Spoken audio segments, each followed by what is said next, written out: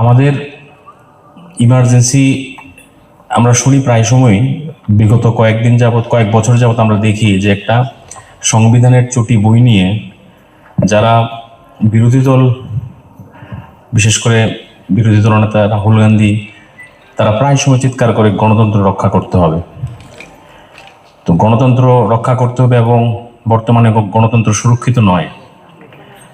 তো আমাদের কোনো রকম প্রতিহিংসামূলক বিষয় না যে প্রতিহিংসার জন্য এটা ইমার্জেন্সি নিয়ে আলোচনা করা বা কাউকে টার্গেট করা, কিন্তু ইমার্জেন্সির সময় কি হয়েছিল এবং ইমার্জেন্সি গণতন্ত্রের কথা যারা বলছে তারা যখন ক্ষমতায় ছিল তারা কি করেছিল, এটা আমাদের নতুন প্রজন্মের জানা উচিত। ভারতবর্ষের প্রত্যেকটা নাগরিকের এটা জানা উচিত।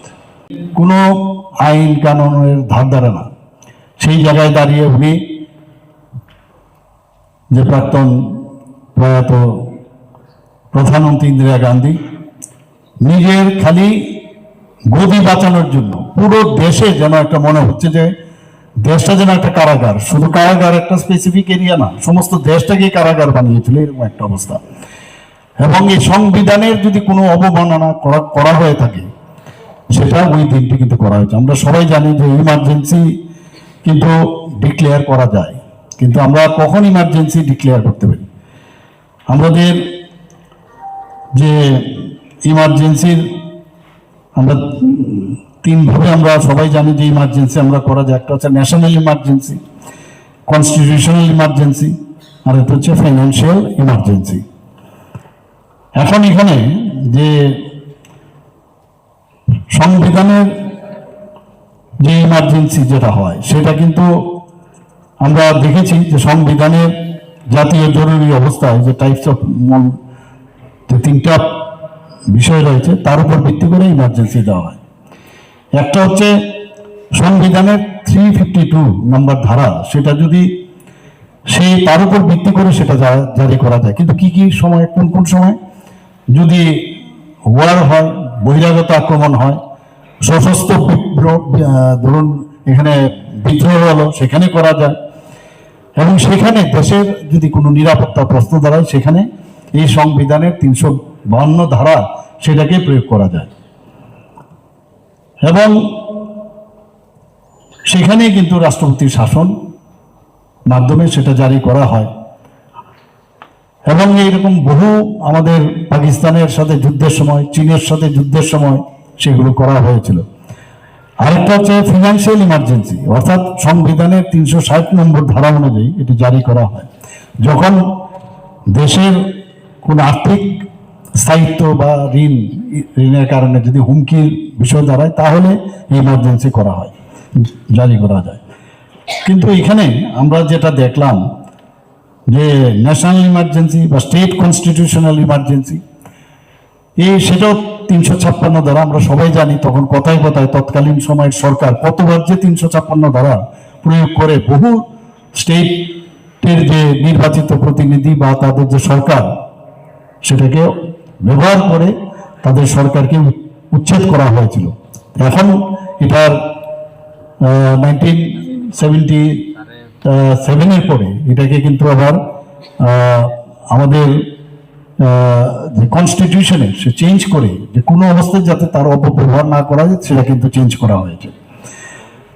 কাজেই এখানে আমরা যেভাবে ইমার্জেন্সিটা যে ডিক্লেয়ার করা হয়েছে, এখানে আমার মুক্তি বক্তারা বলেছেন, আমরা সবাই জানি যে এলাহাবাদ হাইকোর্টে রাজনারায়ণ কেস করেছিলেন এবং সেই কেস যখন সেটা সেই হাইকোর্ট থেকে ডিক্লেয়ার হলো, এবং শুধু তাই নয়, ওনাকে কি বলেছেন যে 12ই জুন এলাহাবাদ হাইকোর্টে তার রায় ডিক্লেয়ার হয়।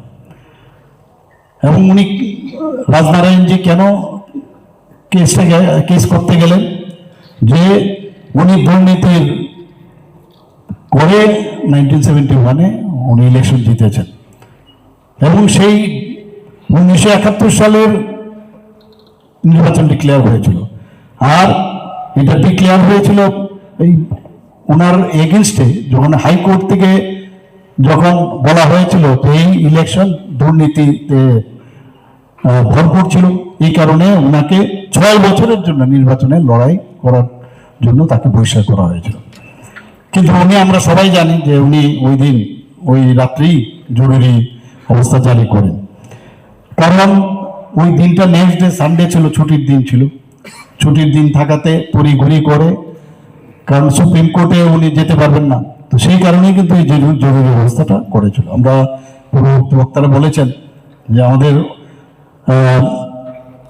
অটল বিহারী বাজপেয়ী জি থেকে আরম্ভ করে লাল কৃষ্ণ আদবানির মতো লোকদেরও জেলের ভিতর ঢুকিয়েছিল।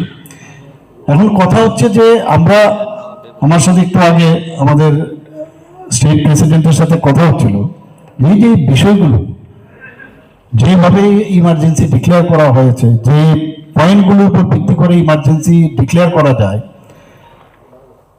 সেইগুলো তৎকালীন সময়ে যেভাবে ইমার্জেন্সি ডিক্লেয়ার করে, যে বিষয়গুলো যারা নেক্সট জেনারেশন আছে, যুবকরা আছেন, যুবতীরা আছেন, তাদের কাছে আমাদের এই বিষয়গুলো নিয়ে আসা। এর জন্যই কিন্তু আজকে আমরা এই দিনটি আমরা পালন করি। আমরা সবাই জানি যে এই বিষয়ে আমার পূর্ববর্তী বক্তারা বলেছেন যে উনি কিভাবে ওনাকে বলা হলো যে আপনার অবৈধভাবে আপনি ইলেকশনে জিতেছেন। যশপাল কাপুর নামে ওনার যে ব্যক্তিগত সচিব, সরকারি পদে থাকা সত্ত্বেও উনি ওনার ইলেকশন এজেন্ট হয়েছিলেন, আমরা সবাই জানি। এবং পুরো যে মেশিনারিসটা ছিল, ইলেকশনের যে মেশিনারি, পুরো মেশিনারিসটা ব্যবহার করা হয়েছিল।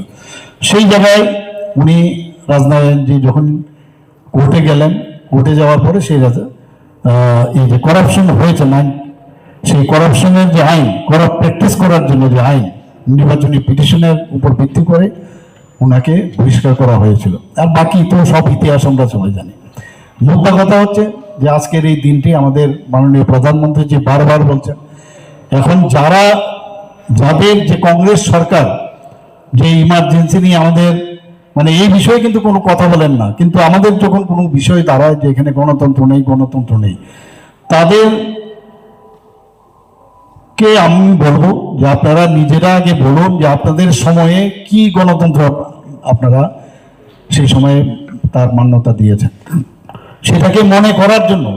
এবং সাধারণ মানুষকে, বিশেষ করে আমাদের যারা কার্যকর্তারা, তাদেরকে আমি বলবো এই বিষয়ে বিশদভাবে আমাদের সমস্ত কার্যকর্তাদের জানা উচিত এবং সবাইকে গিয়ে এই বিষয়ে আলোচনা করা উচিত। এবং যারা বিরোধী, বিশেষ করে কংগ্রেসকে আমি বলবো, কংগ্রেসই তখন ছিল পাওয়ারে, কংগ্রেসের বিরুদ্ধে আমাদের বলা উচিত, আপনারা যেহেতু গণতন্ত্রে আপনারা ধূলিসাৎ করেছেন, সেখানে আপনারা গণতন্ত্রের বলি অ্যাটলিস্ট আপনারা আওড়াবেন না।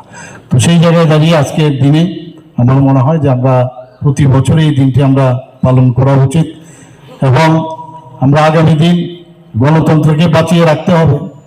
এবং গণতন্ত্রকে বাঁচিয়ে রাখতে হলে আমাদের যে এট দ্য সাইড যারা এই জরুরি অবস্থাকে সামনে রেখে তার অসৎ ব্যবহার করেছে, সেই সম্পর্কে আমরা জানা উচিত। আমি আবার আমার ভারতীয় জনতা পার্টির পক্ষ থেকে এই জরুরি যে অবস্থার দিন ঘোষণা করা ছিল তার আমি নিন্দা করছি এবং আগামী দিন যেন এই সংবিধান হত্যা দিবসের মাধ্যমে আমরা প্রতিদিন সেটা পালন করি এবং কোনো